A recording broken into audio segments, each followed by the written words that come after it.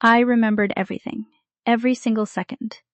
The smell of gasoline, the sound of shattering glass, the scream that escaped my own throat, and the face of the person who stood beside my overturned car before darkness swallowed me.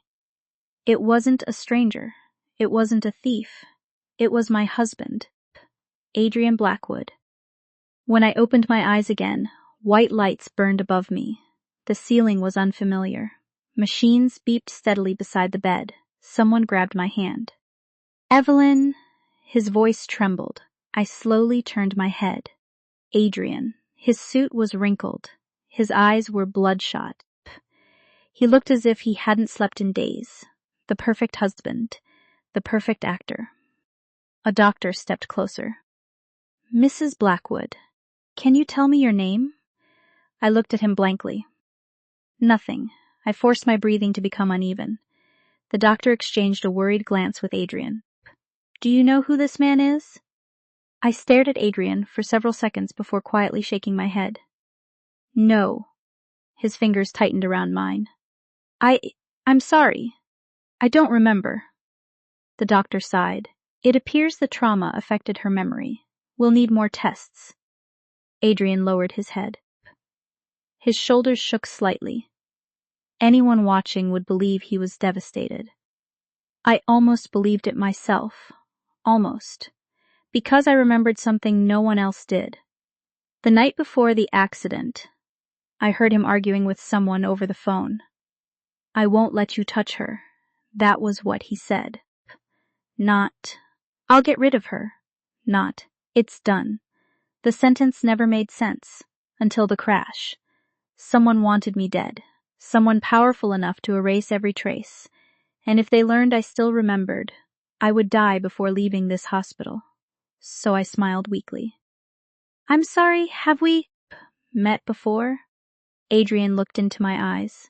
For one endless second, neither of us spoke. Then he smiled, the saddest smile I'd ever seen. I'm Adrian. I'm your husband. That evening, everyone left except him. Rain tapped softly against the hospital window. He peeled an orange without saying a word. Placed the slices neatly on a plate. Just like he always did. His hands hadn't changed. Neither had the tiny scar on his thumb. A scar I had caused 5 years ago while teaching him how to cook. I almost called him by the nickname only I used. I stopped myself just in time. Instead I asked, did we love each other? He looked down.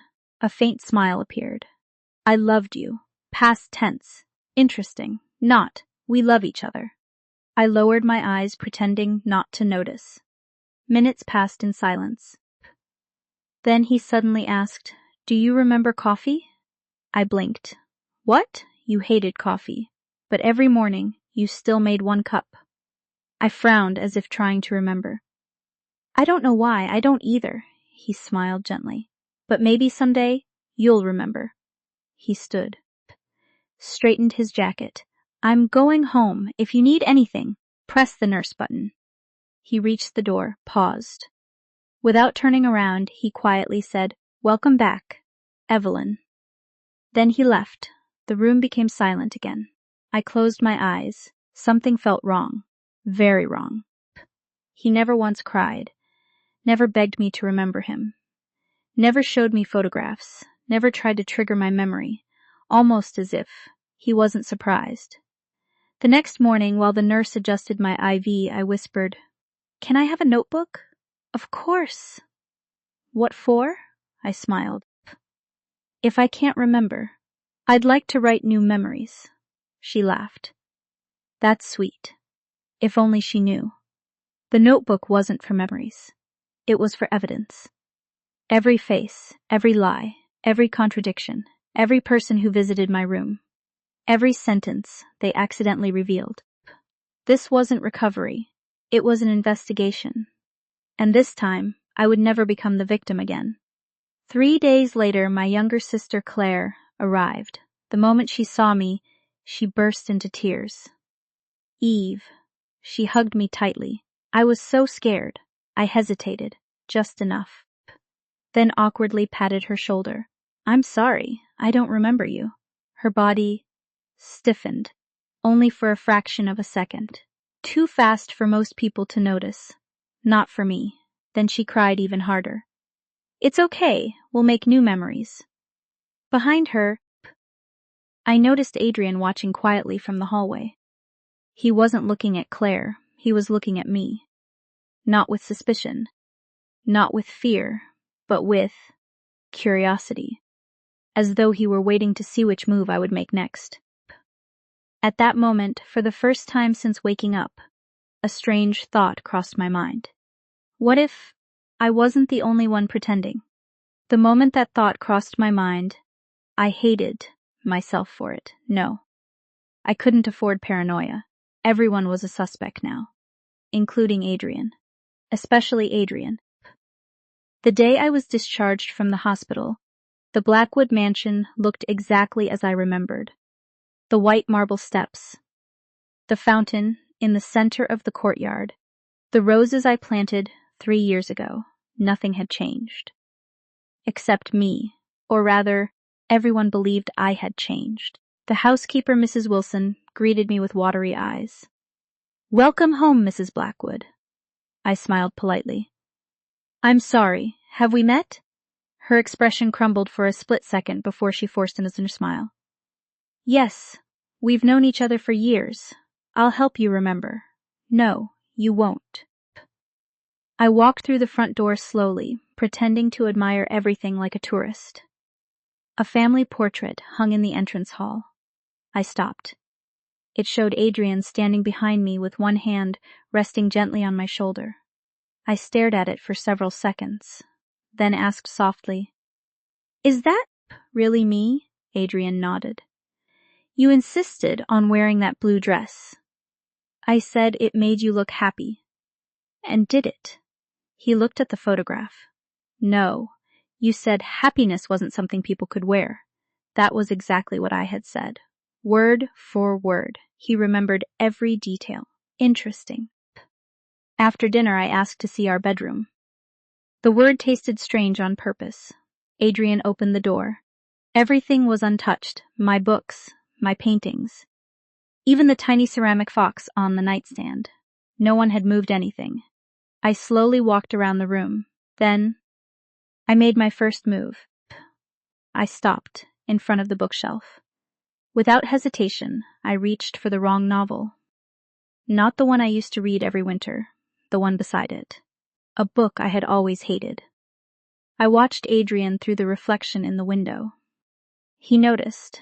His eyes moved to the shelf, only for an instant. Then he looked away. Nothing.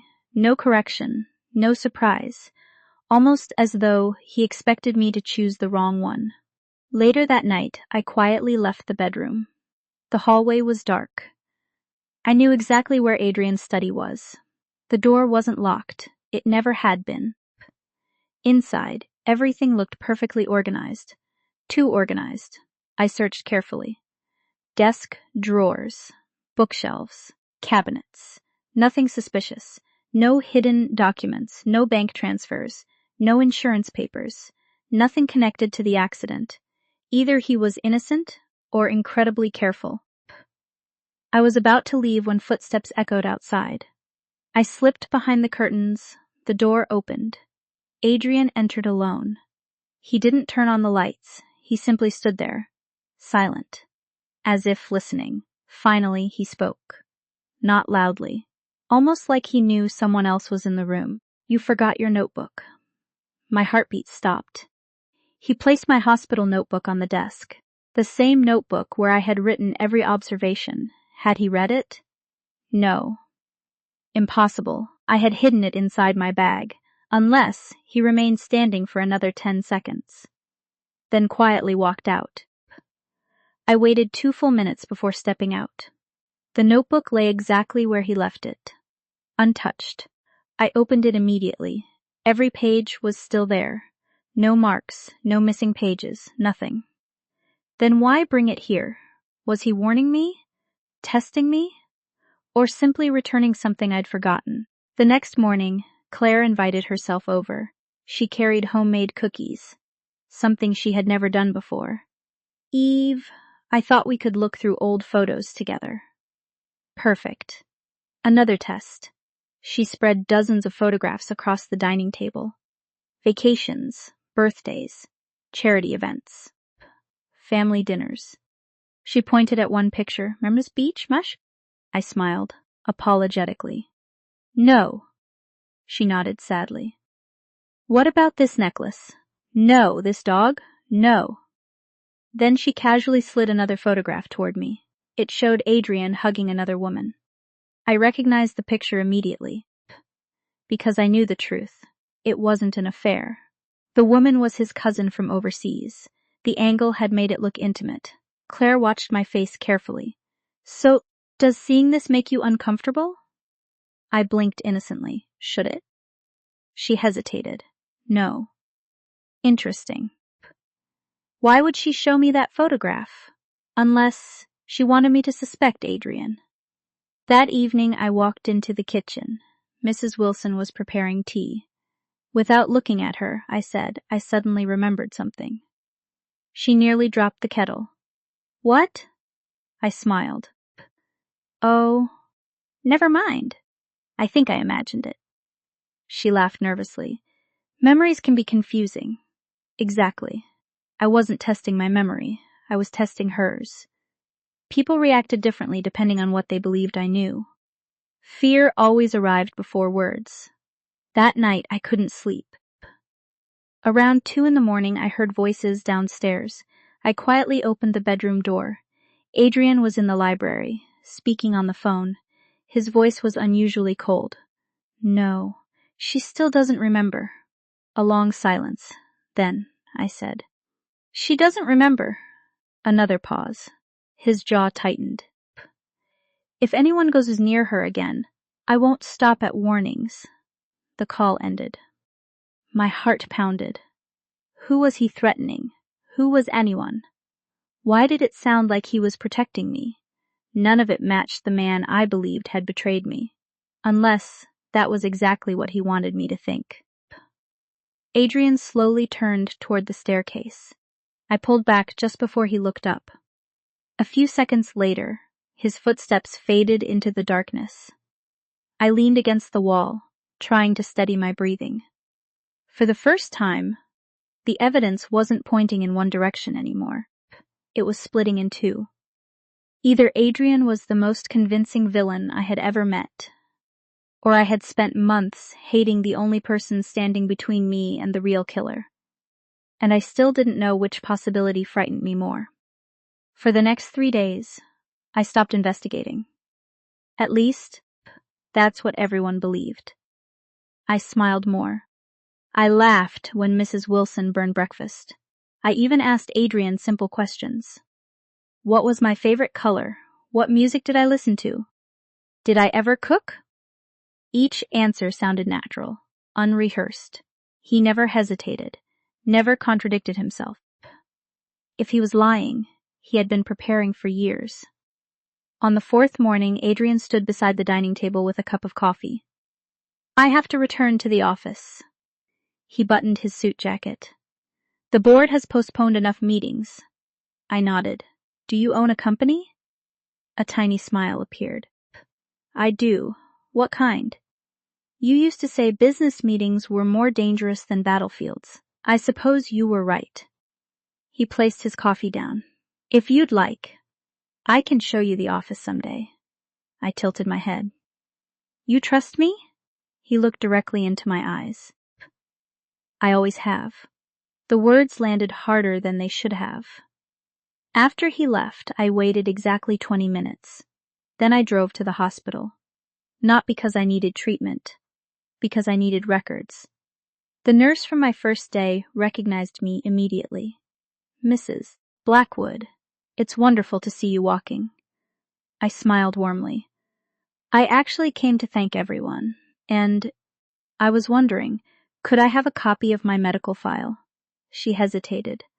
I'm afraid your husband already requested it. When? The day after you woke up. That surprised me. Did he take everything? Every report, every scan, everything. Why?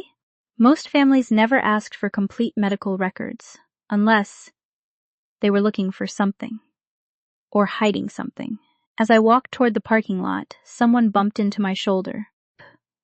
Pardon me, the man continued walking without looking back. A folded piece of paper slipped into my handbag. I froze. Slowly, I opened it. One sentence. Don't trust your sister. No signature. No explanation. No handwriting I recognized. By the time I looked up, the man had disappeared into the crowd. That evening I said nothing. Instead, I watched Claire. Every movement, every expression. She talked too much, laughed too easily, asked too many questions. So, have you remembered anything new? No. What about your wedding? No. Our parents? No. She seemed disappointed, not relieved. Disappointed, as if she wanted a different answer. That night I opened my notebook. I drew 2 columns. People who benefit if I stay silent. Claire. Unknown caller. Unknown driver. Hospital records. People who benefit if I remember. No one. I stared at the page. No. There was one exception, Adrian. If he truly wanted to clear his name, my memory would help him. Yet, he never once encouraged me to remember. Why? The answer arrived sooner than expected. Around midnight, the electricity suddenly went out. The entire mansion fell into darkness. Mrs. Wilson screamed downstairs. A vase shattered. Someone was running. I grabbed the flashlight beside my bed. The moment I opened the bedroom door, a gloved hand reached toward me. Instinct took over. I slammed the flashlight into the attacker's wrist. He cursed. Male, tall, wearing black. He lunged again. Before I could react, a gunshot echoed through the hallway. The attacker froze. Another shot, not aimed at him. At the ceiling, a warning. Drop it. Adrian's voice. Cold, calm, deadly. The attacker jumped over the balcony railing and disappeared into the darkness. Silence returned. Only my heartbeat remained. Adrian slowly lowered the pistol. His eyes immediately searched me from head to toe. Are you hurt? I shook my head. No. He exhaled, a long, shaking breath. Then, without asking permission, he pulled me into his arms. His heartbeat was racing, far faster than mine. For several seconds, neither of us spoke. Finally I whispered, You have a gun? He let go immediately. I hoped I'd never need it. The police arrived within 30 minutes. Broken glass. Footprints. A cut curtain, nothing else. No fingerprints, no DNA. Professional. One officer turned toward Adrian. Mr. Blackwood, this doesn't look like a robbery. I agree. What do you think they wanted? Adrian answered without hesitation. My wife. Every head turned toward him. The officer frowned. Why? I don't know. Lie. He knew something. I was certain of it. After everyone left, I walked onto the second-floor balcony. The night air felt cold against my skin. A voice came from behind me. You should be sleeping. I didn't turn around. I almost died. I know. You weren't surprised. No, that made me face him. What does that mean? He looked toward the dark forest beyond the estate. It means I've been expecting this. The world seemed to stop. You knew someone would come? Yes. Then why didn't you tell me? He was silent, his expression unreadable. Finally, he answered with a question. Evelyn, if I had told you, would you have believed me?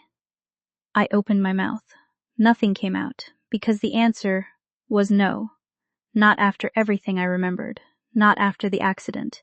Not after months of believing he had betrayed me. He gave a small, tired smile. That's what I thought. He turned to leave, then stopped.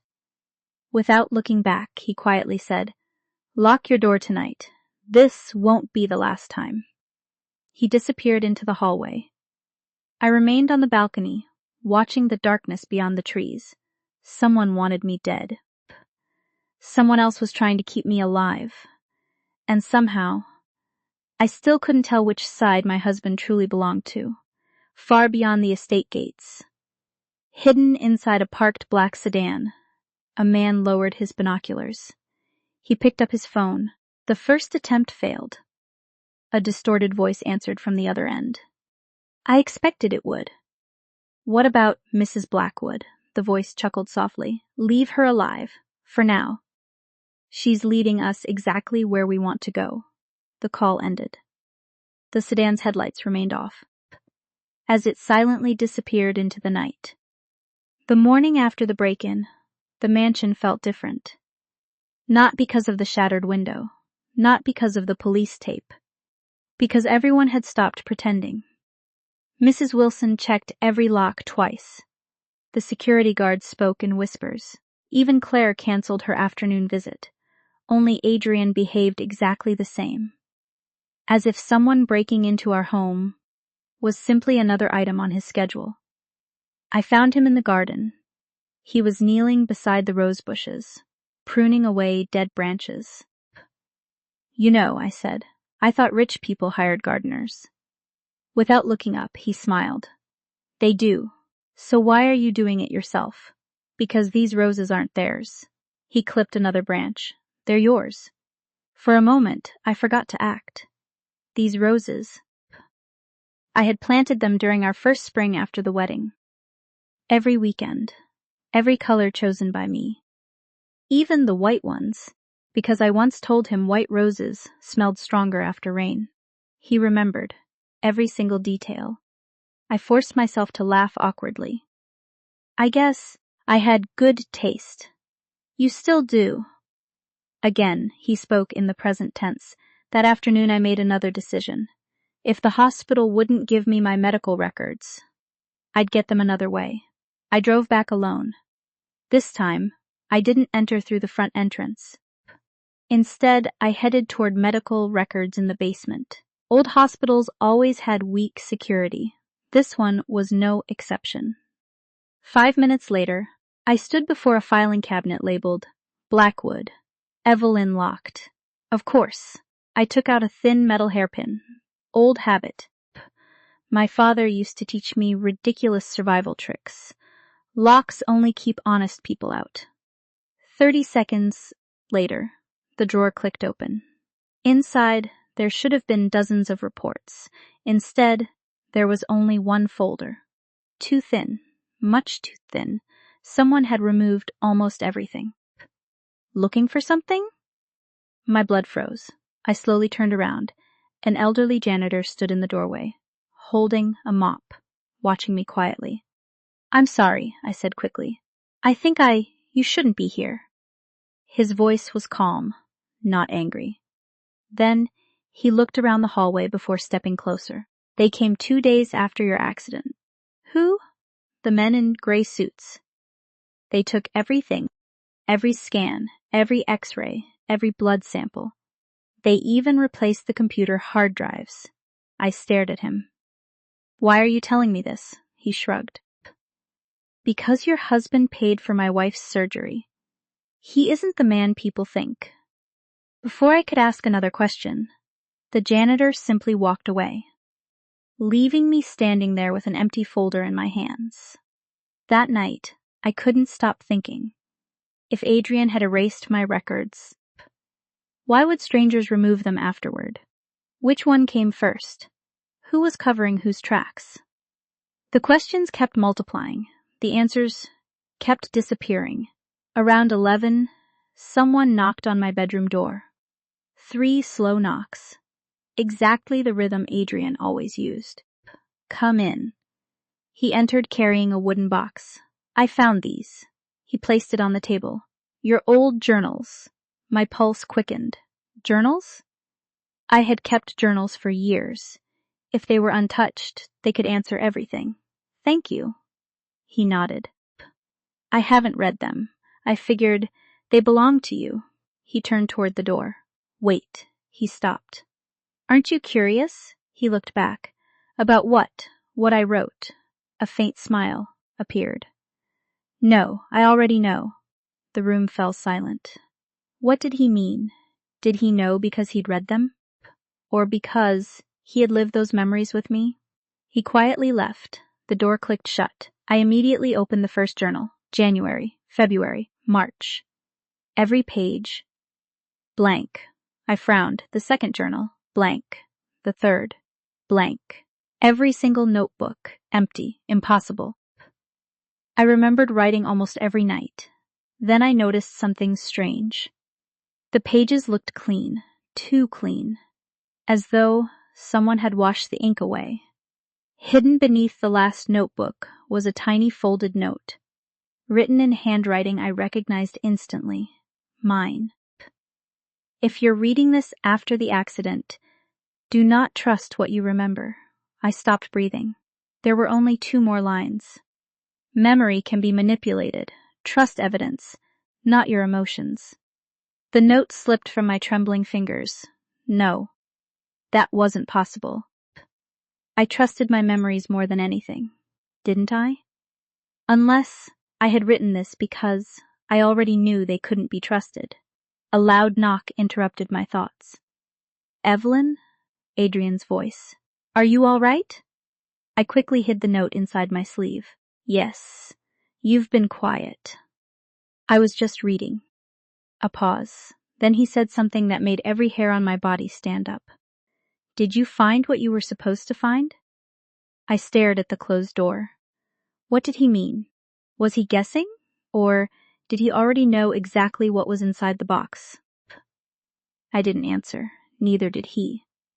After several seconds, his footsteps slowly faded down the hallway. I waited until the house became silent again, then unfolded the note one more time. There was something I hadn't noticed before, a tiny sentence, written upside down along the bottom edge. So small it was almost invisible. If Adrian is still protecting you, don't let him know you found this. I felt the blood drain from my face. Because if that message truly came from me, then months before the accident, I had already known 2 impossible things. First, that my memories could not be trusted. Second, that one day I would have to hide the truth from my own husband. I didn't sleep. Not after reading that note. I read it again, and again, and again. The handwriting was mine. Every curve, every letter, every habit I'd developed since high school. No one could have copied it so perfectly. Which meant I had warned myself, but why? Morning arrived with rain. The mansion seemed quieter than usual. As I walked downstairs, I noticed Adrian standing near the fireplace, reading the newspaper. He looked up. Good morning. I nodded. Morning. You slept? A little. He folded the newspaper carefully. I made breakfast. I blinked. You cook? When I have to. I almost smiled. Years ago, he couldn't even fry an egg without burning it. I caught myself. I wasn't supposed to know that. Instead, I sat down and asked casually, so, was I a good wife? He looked at me for a long moment. Finally, he answered. No. I frowned. No, you were a terrible wife. Silence. Then the corner of his mouth lifted. You stole my blankets. You criticized my coffee. You left books everywhere and every movie we watched. You spoiled the ending. For the first time since the accident, I laughed. A real laugh. It escaped before I could stop it. Adrian stared at me, not smiling, not speaking, just watching, as though he'd been waiting to hear that sound for a very long time. The laughter faded. I immediately lowered my head. I'm sorry. I don't know why. I laughed. He quietly picked up his coffee. You don't have to apologize. Later that afternoon, I drove into the city, not to investigate, to think. I parked beside the river where Adrian had proposed 6 years ago. At least, that was what I remembered. The bench was still there, the old oak tree, the iron railing overlooking the water. Everything looked familiar. I sat down, closed my eyes, tried to remember. The ring, his smile, the proposal, nothing. No matter how hard I tried, the memory refused to become clear. Instead, another memory appeared, a hospital hallway, someone whispering, "Don't let her wake up." I opened my eyes, breathing hard. No, that wasn't part of the proposal. Why had those memories merged together? "You came back," I turned. An elderly man stood beside the bench, holding a fishing rod. His weathered face slowly broke into a smile. "I haven't seen you two here in months." I forced a polite smile. "I'm sorry, do I know you?" His smile disappeared. "Oh, I forgot." "The accident," he nodded sympathetically. "You and your husband used to come every Friday." "Every Friday?" I didn't remember that. The old man chuckled. "He always lost." "Lost what?" "Chess." I stared. "Chess? You beat him every single week." He laughed. Never seen a businessman lose so happily. That couldn't be right. Adrian hated chess. He used to say it was boring, didn't he? Or was that another memory I couldn't trust? "Tell me." The old man pointed toward the empty space across the bench. "Where's your husband today?" "He had work." "Pity. He always watched you before making his first move." Something about that sentence caught my attention. "What do you mean?" "In chess." The old man smiled. "He never played the board. He played you. He always watched your eyes." He said, "Your eyes always tell me what move you're planning." The world seemed to tilt. That sentence felt painfully familiar. Had Adrian really said that? On my way back to the mansion, a black SUV appeared in my rearview mirror. At first, I ignored it. Then I changed lanes. It changed too. I slowed down. It slowed. I accelerated. It accelerated. Someone was following me. I gripped the steering wheel tighter. The next intersection turned yellow. I drove through. The SUV followed. No hesitation, no distance, just waiting. My phone rang. Unknown number. I answered immediately. "Who is this?" a man's voice whispered. "Don't go home." "What?" "They're waiting there." The line went dead. At that exact moment, the SUV suddenly accelerated. Its engine roared. It slammed toward my rear bumper. Instinct took over. I jerked the wheel. The SUV missed by inches. It didn't stop. It tried again. Once. Twice. 3 times. Someone wasn't trying to scare me. They were trying to force my car off the bridge. I pressed the accelerator to the floor. The engine screamed. Cars blurred past. My heartbeat drowned out everything else. Then, a silver Aston Martin burst out from a side street. It slid between my car and the SUV. The impact echoed across the bridge. Metal screamed. The SUV swerved violently. The Aston Martin held its line. I recognized the license plate instantly. Adrian. He forced the SUV toward the guardrail. The driver abandoned the vehicle before it stopped moving. He disappeared into a construction site. By the time Adrian reached the driver's seat, the man was gone. Adrian opened my door. "Evelyn." His voice was unusually sharp. "Are you hurt?" I shook my head. "I'm fine." "No." His breathing was uneven. "You're not." He knelt beside the car. His hands searched my arms, my shoulders, my face, checking for injuries. Without thinking, I caught his wrist. "I'm okay."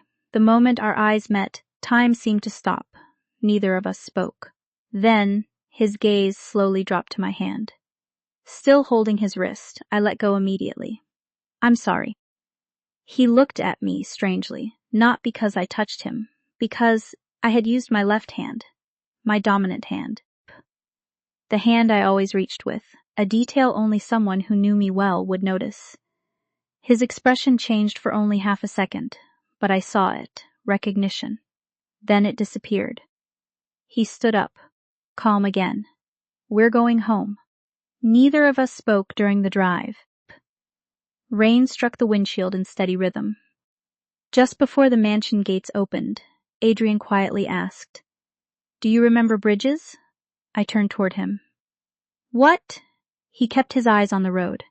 You've always been afraid of driving across bridges. I froze. He was right. I had always been terrified, even before the accident. But I had driven onto that bridge today without a second thought. How could I forget a fear, yet remember a murder? That wasn't how memory loss worked, unless someone hadn't erased my memories, unless someone had rewritten them. As we entered the estate, neither of us noticed the tiny black GPS tracker, magnetically attached beneath my car, and from a laptop nearly 5 miles away, a blinking red dot stopped moving. A woman wearing black gloves smiled. There you are. She reached for her phone. It's time. I couldn't stop thinking about one question. How did Adrian know where to find me? The bridge was 23 minutes from the mansion. I hadn't told anyone where I was going. I hadn't called. I hadn't sent a message. Yet, he arrived at exactly the right moment. Not early. Not late. Exactly when the SUV tried to kill me. Coincidence? No. I stopped believing in coincidences the day I woke up in the hospital. That evening, I walked into the garage. My car had already been repaired enough to drive. The front bumper was dented. One headlight was cracked. Nothing unusual. I crouched beside the rear tire, carefully examining every inch. There, a tiny scratch beneath the chassis. Fresh, as though someone had attached something. But whatever it was already gone. Looking for this? I spun around. Adrian stood behind me, holding something between his fingers. A tiny black device, a GPS tracker. He tossed it into my palm. I found it after the accident. I stared at it. You knew? Yes. When? The moment I looked under your car. My voice hardened. And you didn't tell me? He leaned against the workbench. If I removed it immediately, they would know we'd found it. Instead, I replaced it. I looked up. What? Same model. Different signal. They've been tracking an empty warehouse for 3 days. For several seconds, I couldn't speak. He hadn't merely found the tracker. He had deceived whoever planted it, 3 days ahead of them. Who are they? I finally asked. He looked away. I don't know. Lie. His eyes always shifted slightly left when he lied. I remembered that. Or at least I thought I did. Now I wasn't sure anymore. He walked toward the garage door. Then stopped. Evelyn, if anyone calls you from an unknown number, don't answer. I almost laughed. A little late for that. His shoulders stiffened. You answered one? Yesterday? What did they say? They told me not to go home. His expression changed instantly. The calm disappeared. When? Before the crash, why didn't you tell me? I folded my arms. You never asked. Silence. For the first time, I saw frustration on his face. Not anger. Fear. Real fear. The next morning, I decided to stop reacting. It was time to make someone else react. Claire arrived just after lunch. She carried flowers, white lilies. Odd. She knew I hated lilies. Or had I? Nothing felt certain anymore. I brought your favorite.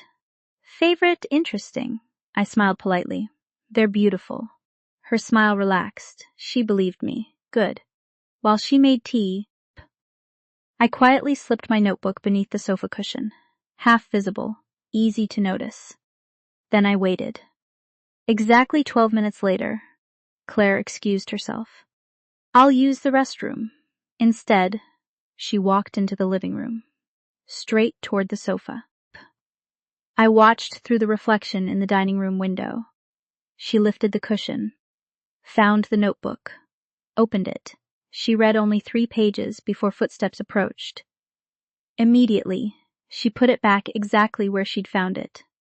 Too quickly, too practiced. She wasn't curious. She was searching for something specific. That evening, I opened the notebook. Nothing had been removed, nothing added, except one page now had a tiny fold in the corner. Not mine. Claire's fingernail always bent paper slightly upward. She'd done it since childhood. She'd read that page. The page contained only one sentence. I remember the driver. A lie. I remembered no such thing. If Claire reported that sentence to someone, I'd know she wasn't working alone. At midnight, my bedroom phone rang. No caller ID. I answered without speaking. A woman's voice whispered, "Smart." I remained silent. "You wanted to know who read your notebook. You have your answer now." My grip tightened. "Who are you?" A soft laugh.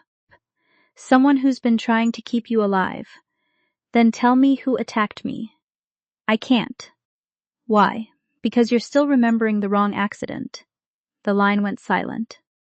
Then, before disconnecting, the woman said one final sentence. "The first time you died, no one called it an accident." Click. The call ended. The first time I died? My breathing became shallow. What did that mean? There had only been one crash, hadn't there? The next day, I couldn't focus. Every memory felt unstable. Every face seemed unfamiliar. While wandering through the library, I noticed something I'd somehow ignored before. A framed photograph. Me, Adrian. And another woman. I frowned. Who was she? Beautiful. Dark hair. Around my age. She stood between us, smiling. I picked up the frame, turned it over. Written on the back, in my handwriting, were 4 words. Never leave her alone. Footsteps approached. I quickly placed the photograph back. Adrian entered, carrying several files. He noticed where I had been standing. His eyes moved to the photograph, then to me. "You found Elena." The name meant nothing. Or, it should have. I tilted my head. "Who is she?" He answered quietly. "She was your best friend." Was. Past tense. "What happened to her?" His jaw tightened. For the first time, he didn't answer immediately. Instead, he walked to the window, looking out into the rain. Finally, he spoke. "She disappeared when," he closed his eyes, "the same day you lost your memories." The room became unbearably quiet. Somewhere deep inside my mind, a door creaked open. Not a complete memory, just a fragment. Rain. A woman screaming my name. A hand covered in blood, reaching toward me. And one word, desperate, terrified, echoing through the darkness. "Run!" I gasped and stumbled backward. The photograph slipped from the shelf. The glass shattered across the floor. Adrian crossed the room instantly. "Evelyn!" I looked at him, unable to control the trembling in my hands. I heard her." His face went completely pale. "What did you say?" "I heard my best friend." The color drained from his face. Not because I remembered Elena. Because I had spoken her name, without him ever telling me what it was. For the first time since the accident. Adrian looked at me, not with suspicion, but with certainty. He finally knew. I had started remembering. Or at least, that's what I wanted him to believe. The room fell silent. Broken glass glittered across the floor. Neither of us moved. Neither of us blinked. I could still hear my own voice echoing inside my head. Alina.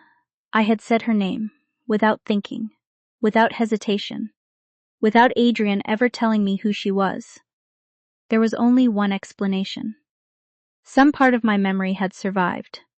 Adrian slowly crouched to pick up the broken picture frame. A shard sliced across his thumb. Blood appeared instantly. He didn't even notice. Instead, he looked at me, carefully, as if one wrong word might break something far more fragile than glass. "Evelyn?" His voice was almost a whisper. "How much do you remember?" I stared back. For one terrifying second, I wanted to tell him everything. The accident, the note, the tracker, the mysterious phone calls, the warning about Claire. Everything. Instead, I shook my head. "I don't know." That, at least, was true. He nodded once. No disappointment, no excitement.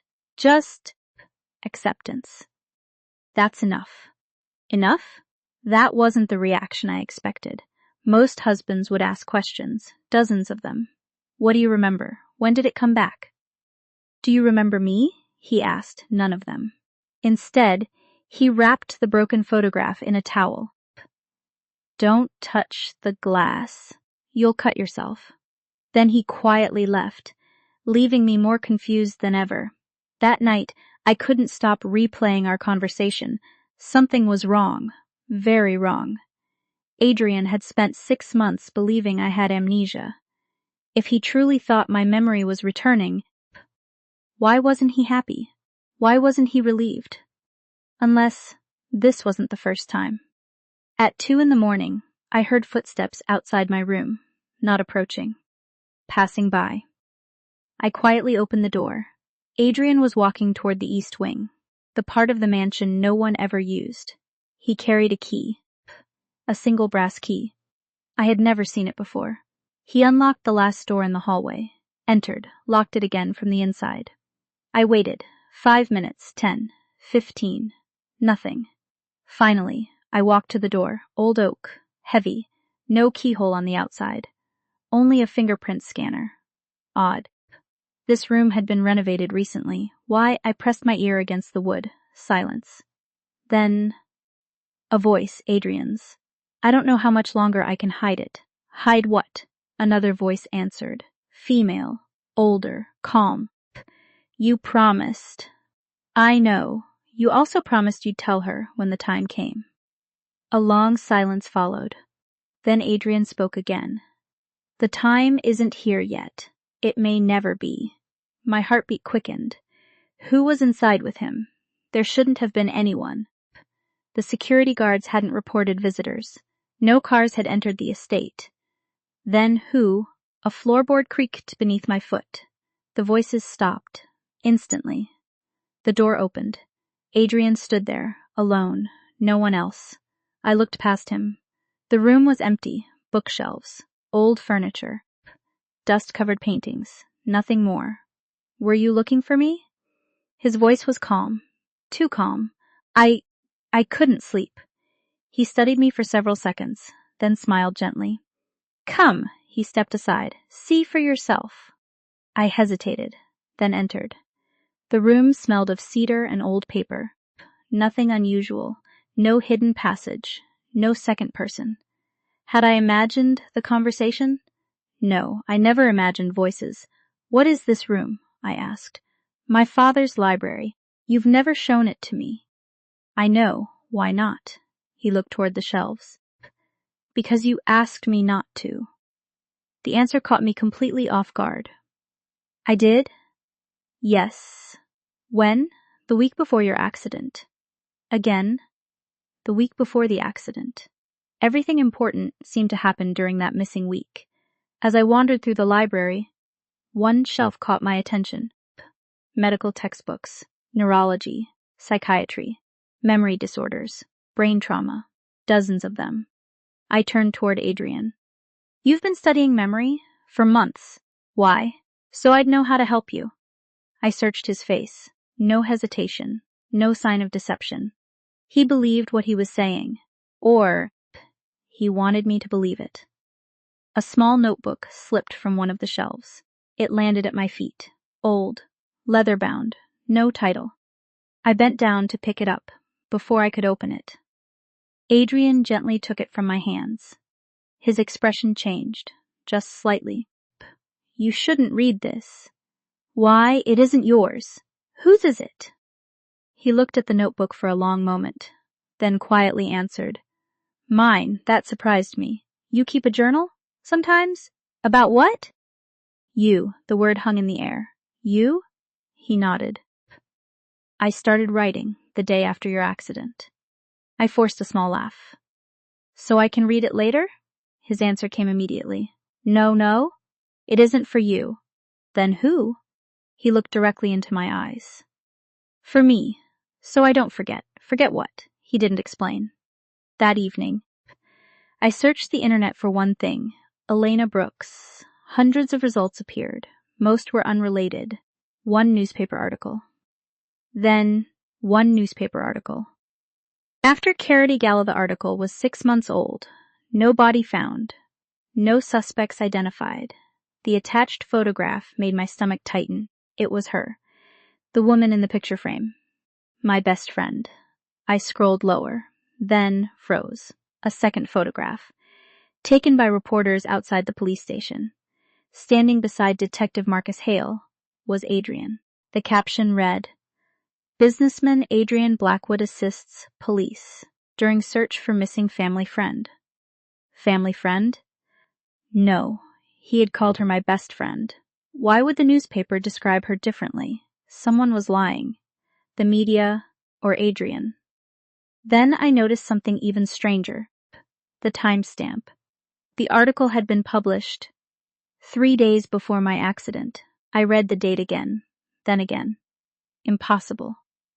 If Elena disappeared 3 days before my crash, why did I remember hearing her voice during the crash?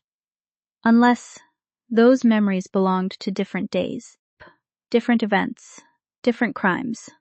My accident and Elena's disappearance had never been the same incident.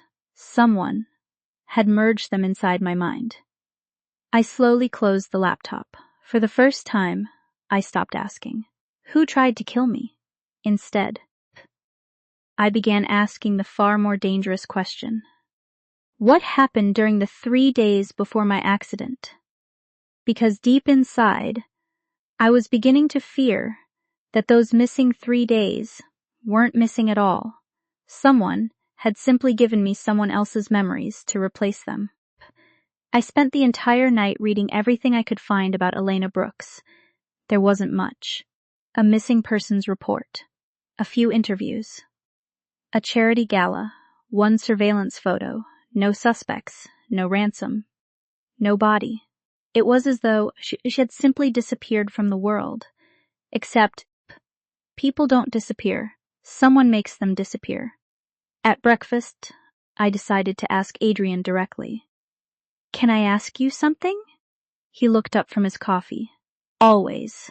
What happened to Elena? The cup paused halfway to his lips, only for a second. Then he placed it back down. I don't know. You searched for her. Yes. You worked with the police.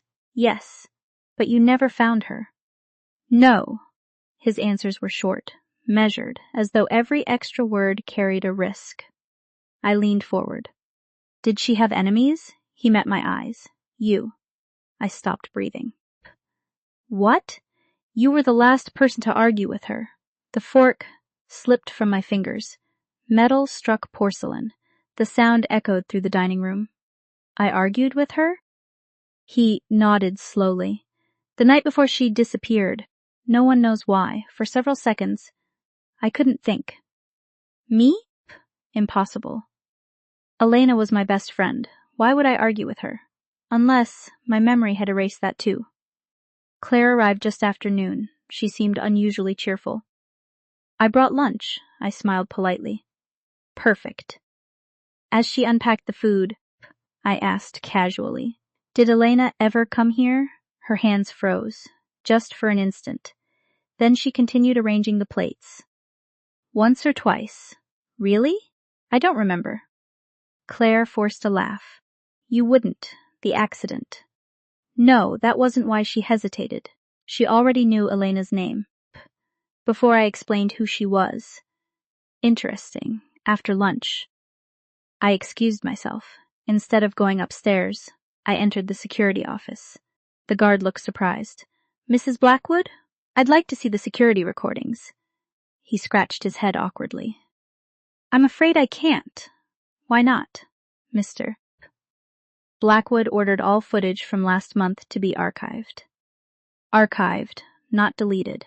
Good. Can I access it? I'm sorry, only Mr. Blackwood has permission.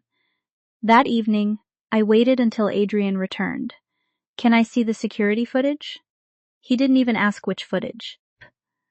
No. The answer came immediately. Why? Because it won't help you. How do you know? I've watched it. Then show me. No. I folded my arms. You don't trust me. His expression softened. I trust you. I don't trust what the footage will do to you. What does that mean? He didn't answer. Instead, he quietly walked upstairs, leaving me standing alone. At midnight, my phone vibrated. One message. Unknown number. Locker 317. Central Station. Tomorrow. Come alone. No signature, no explanation. The next afternoon, I stood inside the city's central train station. Crowds moved around me. No one noticed. Locker 317 waited at the far end of the corridor. My fingers trembled as I entered the code written in the message. Click. Inside, there was only one item. A flash drive. Nothing else. No note. No instructions. I returned home immediately. Instead of using my laptop, I borrowed one from the guest room. If the drive contained malware, I didn't want it anywhere near my own files. The screen loaded. One folder appeared. Day 3. My heartbeat accelerated 3 days before the accident, exactly the missing period. I opened the folder. A single video. No title, no timestamp. I pressed play. Static filled the screen. Then, the image cleared. A hotel hallway. Security camera footage. Date.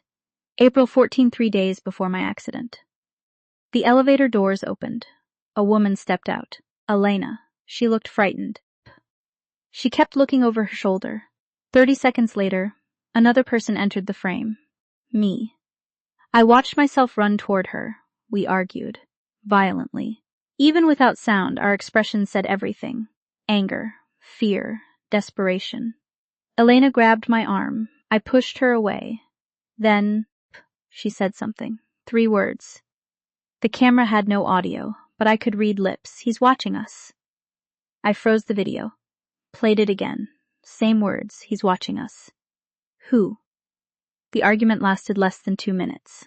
Then, someone stepped into frame. A man. Only his back was visible. Tall. Black coat. Gray gloves. The moment Elena saw him, her face turned white. She ran. Not away from me, away from him. The man followed. The camera lost sight of both of them. Only I remained, standing perfectly still, as if I already knew what would happen next. The recording ended. I sat motionless for nearly 10 minutes. Then, I noticed another file hidden inside the folder. Recovered friend.mp4. I opened it. This footage was much worse. Broken. Corrupted. Only 6 seconds long. A dark underground parking garage. A woman screaming. Then, a gunshot. The camera fell sideways. Just before the screen went black, a face appeared. Only for a fraction of a second, but long enough. I knew him. Not because I remembered him. Because I'd seen him every single week. Detective Marcus Hale. The detective investigating Elena's disappearance. My heart pounded so hard it hurt. No, that couldn't be right. A detective at the crime scene? Maybe. But, holding a gun? A floorboard creaked behind me. I slammed the laptop shut. Adrian stood at the doorway. He wasn't looking at me, he was looking at the flash drive. For the first time, his composure cracked. His face turned completely pale. Where? Did you get that? I said nothing.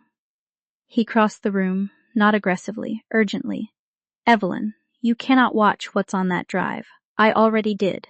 His breathing stopped. What did you see? I saw Elena. Silence. I saw someone chasing her. Another silence. And I swallowed. I saw Detective Marcus Hale. Adrian closed his eyes. For several long seconds he didn't move. Then, he whispered something so quietly. I almost didn't hear it. We're out of time. I looked up sharply. What? He opened his eyes. The fear inside them was unlike anything I'd ever seen. They know you've found it. As if the universe itself wanted to prove him right. Every light in the mansion suddenly went out. The entire estate was swallowed by darkness. Then, from somewhere downstairs, came the unmistakable sound of shattered glass. Not one window. Not 2. Dozens. Someone was coming inside. The mansion disappeared into darkness. Every light, every security monitor, every emergency lamp, gone, For half a second, there was absolute silence. Then, crash! Another window exploded somewhere on the first floor, followed by footsteps, fast, organized. More than one person. Adrian didn't hesitate. He grabbed my wrist. We're leaving. I pulled back. What about the police? They won't get here in time. How do you know? He looked directly into my eyes. Because this isn't a burglary. Another crash echoed through the house, closer. They're here for one thing. You.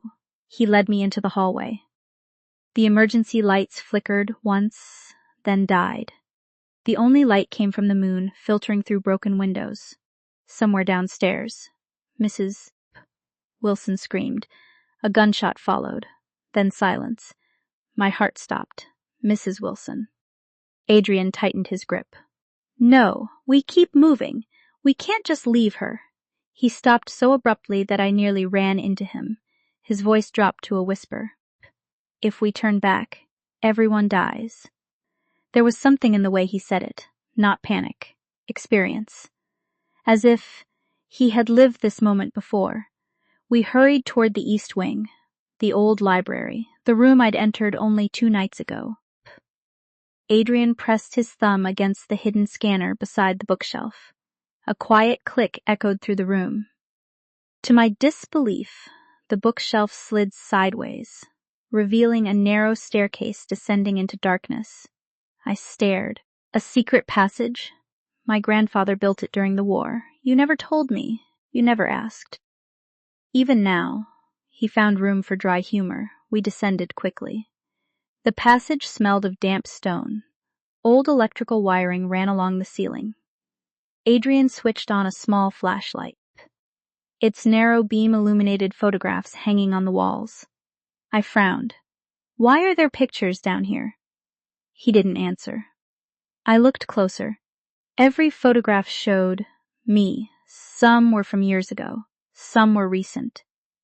One had clearly been taken after my accident, sleeping in the hospital. Another showed me sitting alone on the bridge yesterday. I froze. Who took these? Adrian finally stopped walking. I did. I stared at him. You followed me. Yes. For how long? His silence answered before his words did. Since the accident. Anger surged through me. You've been watching me? Every day? Everywhere? Yes. Why? His answer came without hesitation. Because every time I wasn't... Someone tried to kill you. The tunnel became painfully quiet. I wanted to argue, to accuse him. Instead, I remembered the hospital, the break-in, the bridge, the tracker. Every attack had happened when I was alone. We continued walking.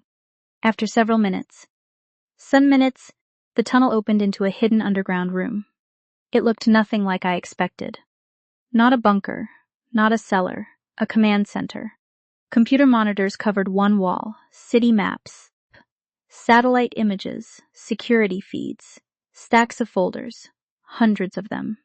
My name appeared on almost every label. Hospital accident bridge carcass. Helena Brookside slowly turned toward Adrian. What is all this? He exhaled. The truth. Before I could respond, one monitor suddenly flickered to life. Static. Then, a security camera feed. The mansion. Masked men flooded through the entrance hall. Not 3, not 5, nearly 20. Professional. Body armor. Military rifles. One of them spoke into a radio. Target Alpha escaped. Another answered, search the entire estate. My blood ran cold. 20 men. This wasn't an assassination. It was a military operation. A woman's voice suddenly echoed through the speakers. Calm, confident, almost amused. Good evening, Adrian. His face hardened instantly. He stepped toward the monitor. You've gone too far. The woman laughed softly. Haven't I? The camera switched, now showing the mansion's front gate. A woman stepped out of a black SUV. She wore a long black coat. Her face was partially hidden beneath a wide-brimmed hat. But I recognized her voice immediately. the woman from the anonymous phone calls. So, she continued, you finally showed her the room. Adrian said nothing. You always were predictable. She slowly removed her gloves. I gave you 6 months. I even let you play house. Her smile widened. But now she remembers too much. I stepped closer to the screen. Who are you? The woman looked directly into the camera, almost as if she could see me. Evelyn. Her voice softened. You really don't recognize me? She reached into her pocket, pulled out a silver necklace, a butterfly pendant. My heart nearly stopped. I knew that necklace, because I owned the other half. No, that wasn't possible. There had only ever been one person with the matching pendant. Elena. The woman smiled. I suppose introductions are overdue. She slowly lifted her hat. Moonlight revealed her face. I felt the room spin. No, I whispered. No, the woman everyone believed was missing. The woman whose disappearance had started everything. The woman I had mourned for 6 months stood alive, smiling at the camera. Hello, Evelyn. It's been a long time. Behind me, I heard something I had never heard before. Adrian whispered, not with surprise, but with defeat. You should have stayed dead. The words echoed through the underground room. I slowly turned toward him. He wasn't looking at the screen anymore. He was looking at Elena, as if he had known all along. No. The word escaped my lips before I realized I had spoken. The woman on the monitor smiled. Exactly the same smile I remembered. Warm, gentle, patient. Only now, it felt cold enough to freeze the room. Elena, I whispered. She tilted her head. So you do remember me? I couldn't breathe. 6 months. The police searched 6 months. Volunteers searched 6 months. News stations called her a missing person. People held candlelight vigils, and all this time, she had been alive, standing outside my home, leading armed men. I slowly turned toward Adrian. You knew. It wasn't a question. His silence answered everything. You knew she was alive. Yes, you lied to me. Yes, you let me believe she was dead. His jaw tightened. I had to. Something inside me snapped. You had to. I spent months believing my best friend was murdered. I blamed myself. I questioned every memory. And you knew? My voice echoed through the underground room. No one spoke. Not even Elena. She simply watched us through the monitor, waiting. Finally, Adrian looked at me. I never lied about one thing. What? I said. She disappeared. She did. Just not the way you imagined. Elena chuckled softly. He's still protecting you. She leaned closer to the camera. It's almost admirable. Then she sighed. But it's over. One of the monitors switched automatically. The estate's thermal cameras. Red silhouettes moved across the grounds. 20. No. 23. Each one advancing toward the hidden entrance. They've found the tunnel. Adrian's voice became sharp. We're leaving. I didn't move. No. He looked at me. We don't have time. You owe me the truth. Gunfire echoed faintly through the tunnel above. Dust drifted from the ceiling. Still, I refused to move. Tell me. He stared at me for several long seconds. Then he nodded. Fine. He walked to one of the steel cabinets lining the wall. Entered a 6-digit code. The lock released with a metallic click. Inside, there wasn't money. There weren't weapons. There were files. Hundreds of files. Everyone labeled with a date. He removed the oldest. Placed it on the table. Across the front, in bold black letters, were 3 words. Project Mira. What is this? My life's biggest mistake. I opened the file. The first page contained a list of names. Adrian, Blackwood, Evelyn, Carter, Elena, Brooks, Marcus, Hale, Claire, Carter. Every person connected to the accident. The second page made my blood run cold. Across the top, in official government lettering, was written, "Memory reconstruction trial below it," a sentence highlighted in red. Subjects may develop false autobiographical memories following repeated neural reinforcement. My hands began to shake. No, no, no. I looked up. What is this? Adrian answered quietly. An experiment. On who? You. The room spun. I gripped the table to keep from falling. I don't understand. You volunteered. I would never volunteer for this. You did. No, I would remember. His eyes filled with something I had never seen before. Regret. You don't. Because remembering was the first thing the experiment took from you. Silence. Even Elena stopped smiling. Adrian continued. 3 years ago, you discovered a private research program. It wasn't supposed to exist. It was illegally testing memory implantation. Military funding, corporate funding, black budgets. You wanted to expose it. My breathing became shallow. No, you and Elena worked together. You gathered evidence. You contacted Detective Marcus Hale. I interrupted immediately. But Marcus is involved. He is. He was undercover. I frowned. What? He spent 2 years infiltrating the organization. He was never investigating Elena. He was protecting her. Everything I'd believed shifted again. You collected enough evidence to destroy them. Adrian continued. But they discovered you. They couldn't kill you, so they decided to prove something. What? He looked directly into my eyes. That memory is the easiest thing to rewrite. A flash exploded inside my head. A laboratory. Bright white lights. A woman screaming. Electrodes. Doctors shouting. Someone holding my shoulders. A voice repeating again, again, again. I stumbled backward. The memory disappeared. Evelyn! Adrian caught me before I hit the floor. His hands were warm. Steady. Real. You remembered something. His voice trembled. I pushed him away. I don't know what I remembered. I don't know what's real anymore. For the first time, Alina's smile disappeared. She looked sad. Guilt does that. She spoke so softly I almost missed it. You've been carrying someone else's memories for so long, you've forgotten which ones are yours. Someone else's memories. The words echoed inside my mind. Then, another impossible image flashed before me.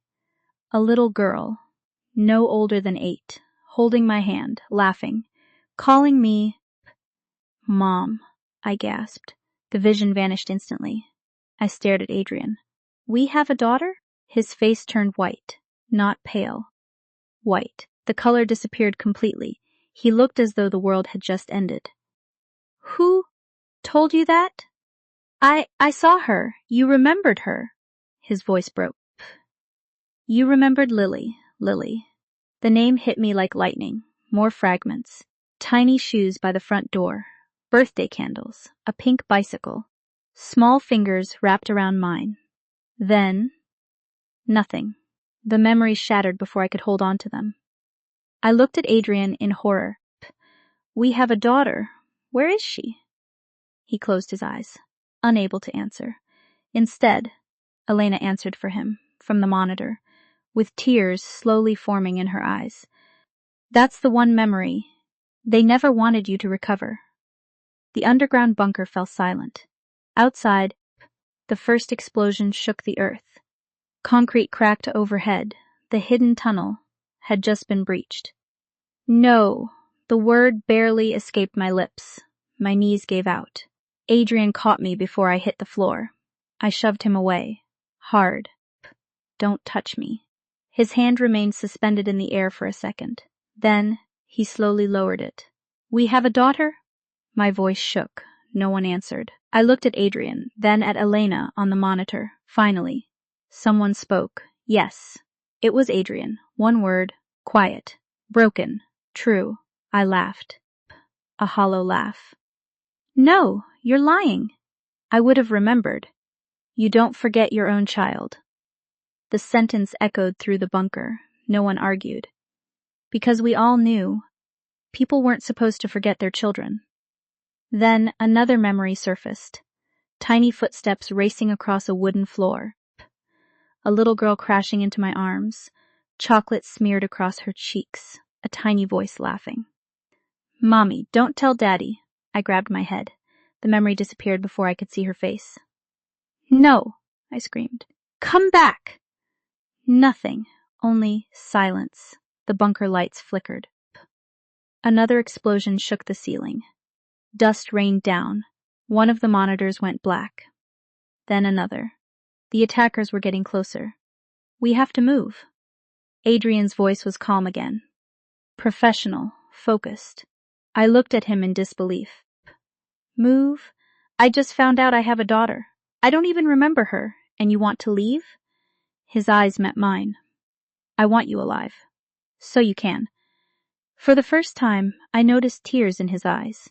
Not dramatic, not uncontrollable. Just quiet tears. The kind that had been waiting a very long time. He reached into his jacket, removed a worn leather wallet, opened it. Inside, instead of money, was a tiny photograph. He handed it to me. You kept this. My fingers trembled. A little girl smiled at the camera. Dark hair, bright eyes, a missing front tooth. She couldn't have been older than 6. She was sitting on my shoulders, laughing. Adrian stood beside us, his arm wrapped around my waist. The 3 of us looked happy, painfully happy. On the back of the photograph, someone had written, the 3 of us, forever. My handwriting. I couldn't breathe. I remembered writing those words, not clearly, just the feeling, the warmth of the pen, the sunlight, the laughter, then darkness. Where is she? I whispered. No answer. I looked at Adrian again. Lily. Where is Lily? His silence frightened me more than anything else. Elena answered instead.